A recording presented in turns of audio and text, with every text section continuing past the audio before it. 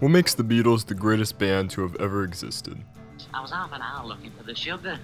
Well, besides their amazing lyrics, production, performance, and peace-loving message, take a minute to picture your idea of a band. Most people in this century's idea of a band is a group of young boys who have thousands of teenage girls dreaming about them. The Beatles definitely used to fall into that category, until they didn't. The first sign that the Beatles would become more than just family-friendly entertainers was in 1964 when the Beatles released Beatles for Sale, with an album cover that showed their minds jaded from fame, and a title explaining their frustration with the industry. The following year, they released Help, with a title to reaffirm their feeling of being trapped. But with Rubber Soul, the Beatles broke out of their boy band mold with a distorted album cover to show their dip into the sound of psychedelia. The album had a lot of folk influence courtesy of their newfound love for Bob Dylan, and the lyrics told stories about more than just love songs. If Rubber Soul was a dip into psychedelia, 1966's Revolver was a plunge. They began incorporating the sitar and orchestral sounds into their songs.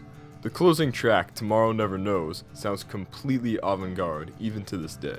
Yet, the Beatles did not merely pioneer the new wave of rock, but created songs with incredible stories and messages, such as Eleanor Rigby, a song about never finding peace or meaning, even after death.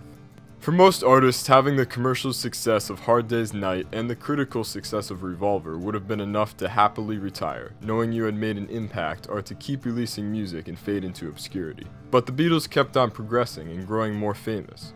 In 1967, they released their most critically acclaimed album to date, Sgt. Pepper's Lonely Hearts Club Band. This album is everything an album should be.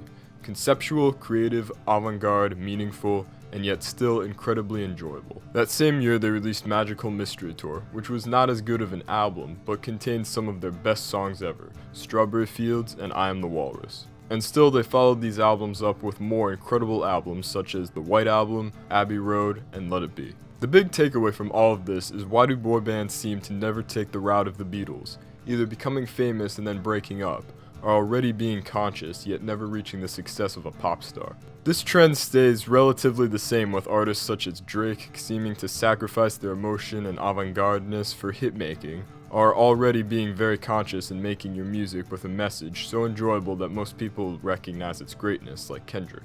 But if there is one artist of my generation that fits the artistic mold of the Beatles, that would be J. Cole. J. Cole's first studio album, Cole World, was built around making hits, and his second tried to sound a little more deep, yet ultimately prioritized the radio over the message. Then came Forest Hills Drive, an album devoid of features, trendy beats, and full of message. The next album, For Your Eyes Only, would follow this path, yet would have even less radio play, and had a deeper message. Most popular artists today, regardless of genre, seem to lose their artistic merit the more time progresses and prioritize clout above making music. Yet some artists have slowly started to prioritize their craft more, such as Kanye and Kid Cudi on their experimental and mental struggle opus, Kids See Ghost, 21 Savage on I Am, I Was, and Offset talking about the struggles of being a celebrity father.